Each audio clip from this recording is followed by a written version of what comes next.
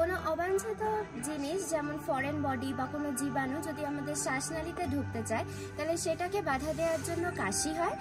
আর কোনো bacteria, virus বা অবাঞ্ছিত যে কোনো জিনিস যদি আমাদের ইমিউন সিস্টেমকে ভেদ করে ঢুকতে চায় সেটার জন্য শরীর আমাদের তাপমাত্রা বাড়িয়ে দিয়ে জ্বরের মাধ্যমে সেগুলোকে শরীর থেকে বের করার চেষ্টা করে।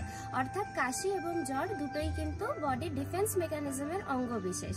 যদি কাশি হয় সেক্ষেত্রে দেখতে হবে যে সত্যি সেটা বাচ্চার ডে টু ডে অ্যাক্টিভিটিকে হ্যাম্পার করছে কিনা, মানে কনস্ট্যান্ট হয়তো কেসে যাচ্ছে, বা অ্যাজমা যে সমস্ত বাচ্চা আছে তাদের হয়তো কনস্ট্যান্ট কাশি হচ্ছে।